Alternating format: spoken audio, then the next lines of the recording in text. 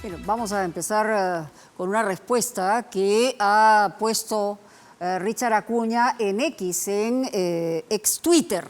Y él dice lo siguiente a propósito del reportaje de Christopher Acosta. De frente, vamos al tema de no conozco a Salatiel Marrufo. Afirmo categóricamente que las declaraciones realizadas son completamente falsas, se refiere a las de Marrufo. No conozco a este señor ni tengo conocimiento de su participación en la campaña de Pedro Castillo. Al ser consultado sobre este tema por la reportera de su programa televisivo, se le explicó con pruebas, ¿no?, que no conocemos a ese personaje y pese a ello, nunca colocaron mi descargo. Es lo que dice. Bueno, en fin. Quiero aclarar que no he contactado con el señor Jorge Armando Rodríguez ni a ningún otro miembro del Jurado Nacional de Elecciones en relación con este tema. No tengo vínculo con el señor Alejandro Sánchez Sánchez, ni he conversado con él sobre este tema. En fin, eso es lo que dice en Twitter Richard Acuña. Y aquí solamente señalar, aquí no hay ninguna campaña de nada.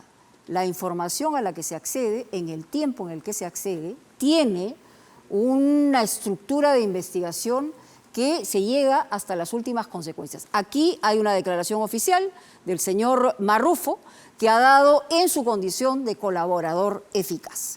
Dejado este tema y dicho lo que ha señalado el señor Acuña, Richard Acuña, nos vamos al resultado del sondeo de esta noche en Punto Final. Y habíamos preguntado si era útil o no para la gente, en la percepción de la gente, el viaje a China de la presidenta Dina Boluarte. Y lo que responden es lo siguiente, hay una contundencia en el no, un 79% dice que no, y más bien un 21% dice que sí va a ser útil o será útil, en fin, el viaje que ha emprendido el día de hoy la presidenta Dina Boluarte en China. Ahora sí, invitamos a Christian Houellebecq. ¿Cómo estás, Christian? Mónica, ¿cómo estás? ¿Qué tal? ¿Qué dices? Se puso bravo el Wonder Boy de APP, el niño maravilla. En fin, tiene todo el derecho a responder, pero lo que nunca entiendo es por qué no responden en su momento. ¿Por qué no llama? Claro, finalmente él dice o sea, cuando habla de pruebas, eso es etéreo, ¿no? Porque si hubiera pruebas, se hubieran presentado, pues. Sí, pero ahí voy a comentar un poquito el tema después en el programa, porque ya no estamos para pataletas, ¿no? De APP todavía. O sea, sí, por favor. En fin, pero bueno.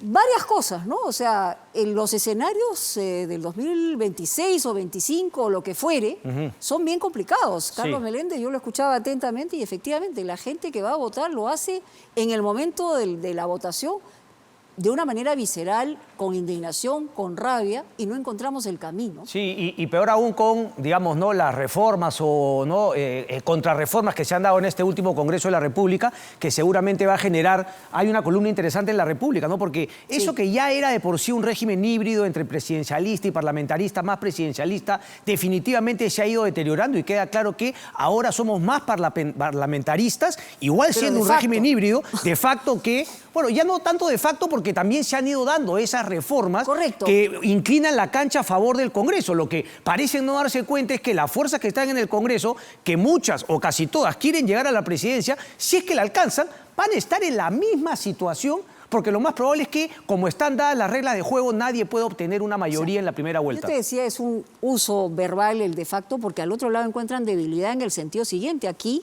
digamos, el gobierno se ha acomodado a las necesidades de este Congreso, pero ha dicho y se ha allanado en varias circunstancias, no ha hecho nada en absoluto para guardar un equilibrio que es precisamente en términos no ha querido enfrentar, institucionales, nunca ha querido encarar, ¿no? Pero el tema es que también las reformas que se han dado obviamente inclinan la cancha más al Parlamento, no solamente en este contexto de Dina Boluarte, débil, incapaz, etcétera, con un Congreso, sino que en el 2026 lo más probable es que vamos a tener la misma figura, un Ejecutivo que va a estar arrinconado si es que el Congreso así lo quiere. ¿Tú ves posibilidades de que aparezcan efectivamente que tímidamente estos rostros que están apareciendo, que se ubiquen, digamos, o una centro derecha o una centro izquierda, o eso va a ser sumamente difícil? Complicado, justo ahora estaba un poco leyendo, bueno, empezó con la candidatura de Carlos Añaños, ahora Perú 21 junta a Añaños en una misma página con una entrevista a Fernando Sillonis, se habla de Avanza País y PPC, que es el grupo donde se ha sumado Fernando Sillonis. Entonces, claro,